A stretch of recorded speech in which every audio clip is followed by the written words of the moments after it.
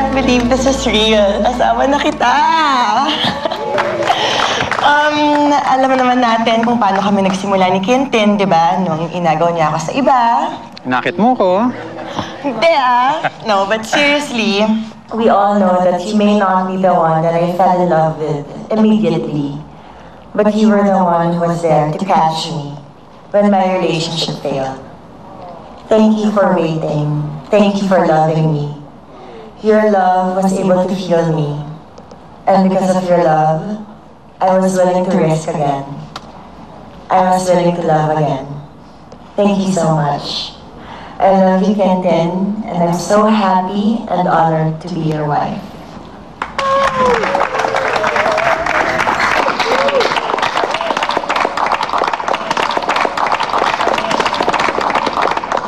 Okay ka lang? Alam ko naman nung una, hindi mo ko napapansin. Because it wasn't me you wanted. It wasn't me you first loved.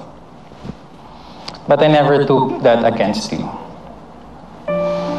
Mas kumanga pa nga ako sa'yo dahil nakita ko kung paano ka magmahal. When I had a chance to express what I feel for you, ang daming tao nag-react. Ang daming nagsabi na hindi dapat, hindi tama. But I'm happy dahil hindi ko sila pinakinggan. Pasensya na po kayo kung medyo pasaway ako noon. Because I will never be this happy if I didn't stand by what I feel for you. Marie, I love you.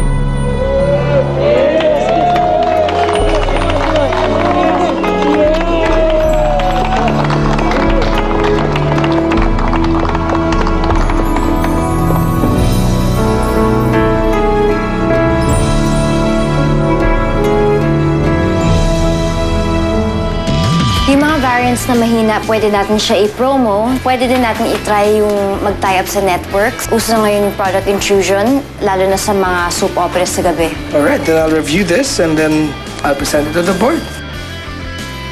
Pare, nakita ko si Diana kagabi Mukhang masaya ka. Kung hindi ka naman lonely Ano, wag kang ganyan. Diana's a good friend. Alam mo, kaibigan ko yung tao. You know what I heard from friends? She was Josh's date last night sa isang wedding. And di ba you're defending her pa the other day saying, di niya inagaw ang boyfriend ng sister niya. Looks like you're wrong. Si Ma'am Natasha po. Ay, nasa CR siya. Naibilit niya kasi sa akin to. Ako na lang, bigyan mo lang sa akin. Wala namang problema. Ano yun? Bakit hawak mo to? Di ba sabi mo yung pinapaimbestigahan mo yung pumatay kay Daddy? Rogelio Mariano ba yun? Sino si Lydia Di Maculcum? So Chloe was right. Ang dating kasi sa akin, napraning lang talaga si Natasha kaya ikaw yung pinagbibintangan. Apparently, looks can be deceiving kasi tama sila eh. You know, hindi mo pala yung boyfriend ng kapatid mo.